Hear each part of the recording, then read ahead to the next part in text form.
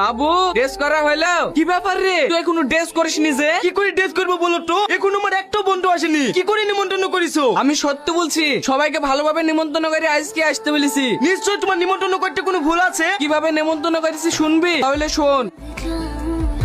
কি ব্যাপার আঙ্কেল, হঠাৎ করে আমাদের বাড়িতে? মা, আমি বিশাল বিপদে পড়েছি।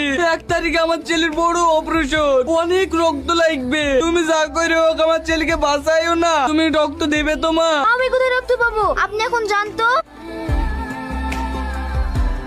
এবার বুঝতে পেরেছি তো, প্রত্যেককে এইভাবেই নেমন্তন্ন করেছি তোর বন্ধুদেরকে যাচাই করার জন্য। যে বন্ধুদের লাগি তুই এত কিছু করিস, শুধু রক্ত দেওয়ার ভয়ে একটা বন্ধু আসেনি। আব্বা তুমি মিথ্যে কথা বলছো। আমার বন্ধুরা আমার লেগে জীবন সৈন্য দিতে পারে। আমার কথা বিশ্বাস হয়েছে না? তাহলে তুই ফোন করে দেখ তোর বন্ধুরা আসে কিনা।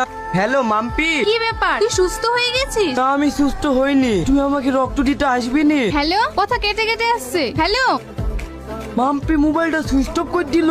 আব্বা আমি সব বুঝতে পেরেছি। যেসব বন্ধুরা আমার সাথে ঘুরতো সব নিজের নিজের স্বার্থের লাগি, কেউ আমাকে মন থেকে ভালোবাসেনি। ভালোবেসেছে তো শুধু তোমরা। আমি আর জীবনে তোমার কথা অবাধ্য হয়ে চলবো না। তুমি আমাকে ক্ষমা করে দাও আব্বা, তুমি যা বলবো আমি তাই শুনবো। তুই যে তোর নিজের ভুলটা বুঝতে পারিস, এইটাই আমার কাছে অনেক কিছু। আমি যে মেয়েটাকে বিয়ে করতে যাচ্ছি যে মেয়েটা বিশাল লোভী। তুমি যেভাবে বিটা আটকাও, তারপর তুমি যে মেয়েকে বলবা আমি সেই মেয়েকে বিয়ে করবো। আমি জানি মেয়েটা বদমাইশ লোভী, এর জন্যই তো আমি ওর বাড়ি থেকে 2 দিন আগে বিটা ভেঙে দিয়েছি। তুই কাঁদিস নি মধু, চ ঘরে।